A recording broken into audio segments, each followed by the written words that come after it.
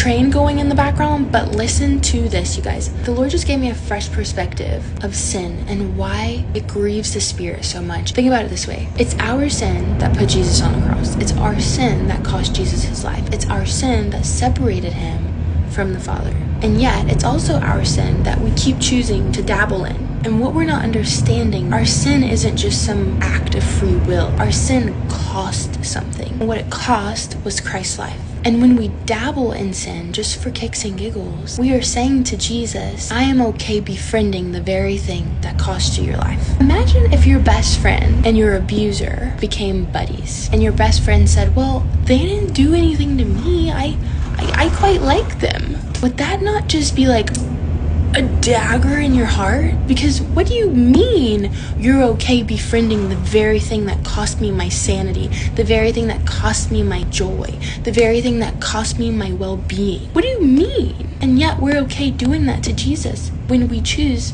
to keep picking up the very sin that led him to be crucified on our behalf. He did it for you and me. So when we keep picking up the sin, we're saying to him, what you did, that was cool and all, like, thanks, but this sin hasn't impacted me. It didn't put me on a cross. What do you mean, me dabbling with the very thing that killed my best friend?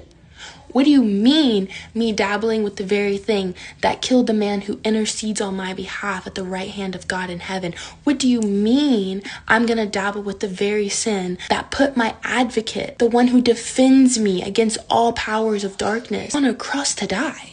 I would be a fool to keep engaging with the thing that killed my best friend. Absolutely not. I'm done. Sin, square up, because what do you mean?